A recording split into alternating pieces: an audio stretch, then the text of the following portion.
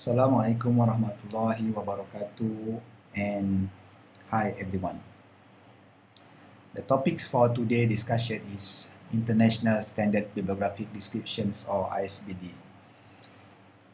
As being discussed in our previous lecture, ISBD is one of the standards being used in information descriptions.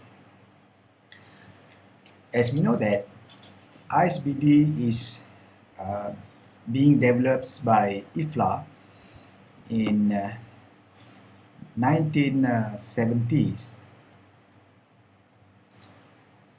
to provide a standardized way or standardized process to describe items that being cataloged. And as for now, ISBD being used widely and recognized as the standards for library communities. But the statements or the basic concepts of ISBD are being used also in other information agencies such as archive, museums, and other information communities. What is actually ISBD? ISBD is a standard for descriptions of all types of published materials. Yeah? But nowadays, unpublished material also being described using this ISBD, especially in electronic forms.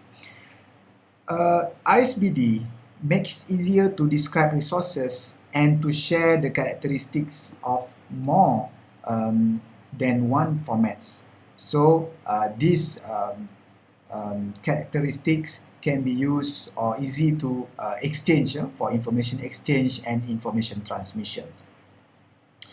And it's also useful for automations of bibliographic control because we know that nowadays more and more information agencies invest on electronic records or electronic informations, and it's very useful for sharing information, as we discussed in our last class about sharings of cataloging, for example, or information exchange. And ISBD also useful and applicable for bibliographic descriptions of all kinds of bibliographic resources in any kinds of catalogs. As a standards, ISBD designed to facilitate international exchange of cataloging records, for example, by providing elements which comprise bibliographic descriptions.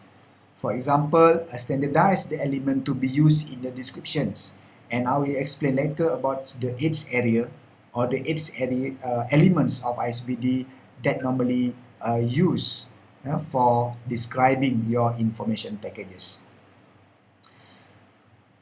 And for ISBD, there's also punctuations and a symbol being used to describe about elements in your particular records. So I will explain this later in details.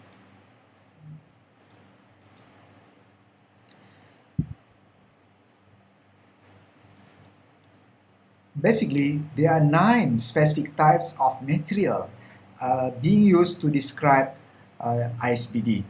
And each of these types of ISBD being used in different types of information. For example, ISBD M. M stands for monograph. ISBD M. M stands for monograph. What is monograph? Monographs actually printed informations or printed publication. All printed publication can be fall under this category. And that's also ISBD S. S stands for serial, which means serial publication such as newspaper, magazine, and journal that which normally publish serials in serials or in a series. Number 3, ISBD G. G stands for general, being introduced in 1978, and all types of information collection can be fall under this category. Yeah? It doesn't matter their types or mediums or packages, but it can be used under this category of um, rules. And number 4, ISBD CM, cartographic material. Yeah? Cartographic material, for example, in films, microfilms. Number 5, ISBD NBM. NBM stand for non-books material, such as map, maybe globes. Yeah? Number 6, ISBD A. A for antiquarians. Maybe some of you familiar with antiquity or the root word antiques. That's why ISBD A mainly used for antiquity collections or antiquity information collection, such as relics, old manuscripts, yeah? And then maybe artifacts, yeah? That normally being used in galleries, yeah? Or museums. Number 7, ISBD PM. PM stand for printed music. Yeah? Being introduced in 1980s, printed musics normally song notes or music notes. Yeah. Number 8, ISBDER for electronic records. Any records that are produced for conveying informations or to store or to keep informations. And then number 9, ISBDCF. CF stand for computer file. As you did in your assignments, you produce or you create your assignment files and keep it in your computer. So for that, we also need ISBD formats or ISBD standards.